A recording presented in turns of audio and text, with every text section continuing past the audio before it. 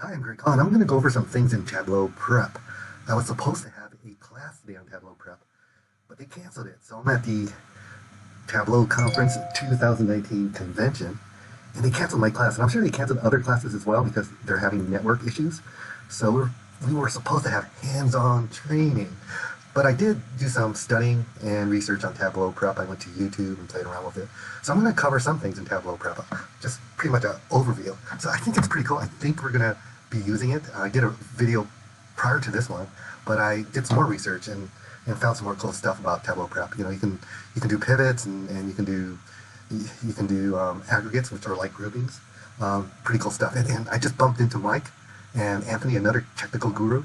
And you're going to be able to call, well, SQL Server. Like you can even call, you'll be able to call a store procedure, which is probably you may not be as interested as I am. You're probably going to use Excel most of the time, but on a clean step, which I'll go over, you'll be able to call stored procedures, which is really cool. So that or call SQL. So that I'm looking according to Anthony, according to Mike's friend. So that should be interesting. So yeah, let me go over this super quick. I don't know how to really. I'll probably there's so much here. Probably can't go over everything. So you can put even captions, some short captions here, or notes, descriptions here. So in Tableau Prep, this is our flow. This is a flow, a process. These are the data sources here, like you also have in Tableau Desktop. And I have mostly SQL Server here, but I also have 3 Excel data sources here as well. So yeah, let's just go over a couple of them, let's say. So the main one here is the ODS table, users table, which we get from ODS, Oracle database. They have tables and views, and we pull data, and we're getting the ODS users, employee information. And employee information has, their names, their date of hire, department code, or home department code, and name. And in the ODS user table, the department name is only stored here. All the other tables, such as the tickets, the department levels, other like ticket category counts, it does not have the department name, so it has to do a join and pull it from the ODS users table. And we can show you how we do that. And so what else? Yeah, so which one should I go over first? Let me just go over this one. So there's something called department levels. So user ID can be assigned to multiple home department numbers, or children. So they can see not just their own department, but children departments. And let me just show you this really quick. Let's go through things really fast. So let's put this as 3 columns. So here, children department level. If I'm a system admin, I have access to this. If you're not a system admin, you won't see this link. So we're going over the pieces of the workflow system, which is what we presented at the Sharecase convention, aside from the celebrities game, which was really cool. So here we have our department levels here. So as a system admin, I can assign user IDs, various department levels, departments here, and James as well. I send it to myself and James. And so what that means, I probably shouldn't go over this. It's going to take too long. Like when I get all my tickets, if I want to see all my tickets, this is just for my department, for 331002 Central Admin Dean's Office, but I can see all children departments, meaning that I can see other departments, the ones I assigned to my user ID, Hoggy. And you can see that here in our Tableau Prep, our flow. So this is our flow, and the final results will look like this.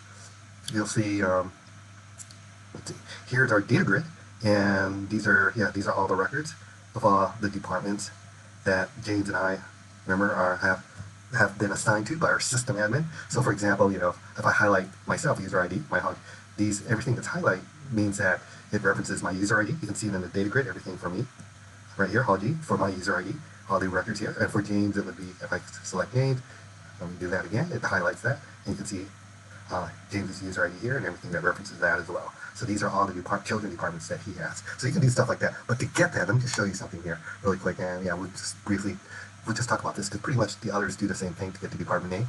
In order to get the department name, I just couldn't do a join directly on the user ODS users table because there could be a lot of users, right? In fact, if I was to take all the users, it would be something like 43,000 employees or users. I just took school pharmacy, like clinical farm cam, Dean's office.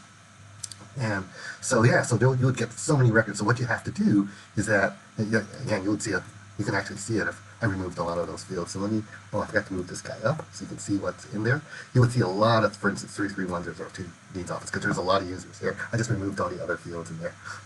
So let me show you so what you have to do is you have to create something called an aggregate. You can create something, add aggregate. That's sort of like a groups, like in SQL Server, we call it groupings. And if I double click here, and let me show you this real quick.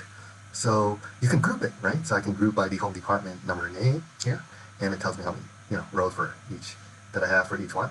But so I can group here. So then once I get those unique department names, number and names, I can then join that from my department levels. I can join that. So it doesn't get all the other, else you can get a lot of dupes, right? So it's just going to join all the unique department numbers and names. So that's what this join is. I have to join it off of this. I can't join it directly on the ODS users table. And then you can go to, this is called a clean step. You can yeah, I probably did something, again, I gotta always remember to open this up. So I removed the field here. So that's what you see here. So it's cool because it really gives you you have your step here. You can remove it if you want to, and it'll just line up all your steps. Let me show you a couple more, and then that's it. I don't want to spend a lot of time on this because there's just too much stuff here. So for ODS users table, what we did here is one of the things we had to do was, if you look at this clean step, it's called, like if I put plus and I can add a step here, and we get this guy here, which I got to remember to click on this caret here, up caret, so you can see what it has. And so one of the things I have to do is, these are your calculations for, so we don't have single sign-on yet. We plan to have it soon, but right now we're creating our own user IDs, which is the last name concatenated with the first letter of their first name.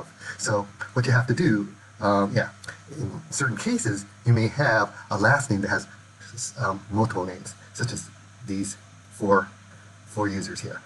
This person has 1, 2, 3 names in their last name. So it's their last name concatenated with the first letter of their first name.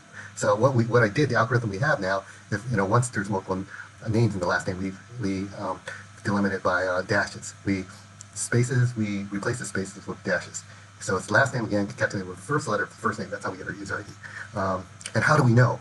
So we use a calculator field like we have in Tableau desktop. If I double click on this guy here, I'll get my calculator field, which is here, which is, there's some algorithm here. If the last name is less than this guy here, this length of the last name with a space being replaced with no space, if it's greater than 1, that means there's multiple names in the last name. If so, then you replace it with spaces with a hyphen, and then concatenate it with the first letter, the first name here. If not, then you treat it like you just get the last name concatenated with the first letter of the first name. So that's pretty much it. And in SQL Server, it would be a little longer here. This is a store procedure when I download ODS. So this is, it'd be a lot more coding involved in your query because you have to select it and put it into a temp table. It's pretty much the algorithm is the same. You're subtracting the last name with the last name, with spaces, replacing the space with no space. If it's greater than 1, that means there's multiple names in the last name. And then you have to put it into a temp table, and you have to update your database when you join here. So there's a little more work when you're doing it, right here in your store procedure, as opposed to Tableau Prep, because you're doing it at the column level, you can say. At the column, you're just doing it for this column, just to show this column here, right here. This this guy here, the one selected. Actually did it in SQL Server, so these are actually fixed. But here's just my calculator field. I wanted to show that I can do it in Tableau Pro.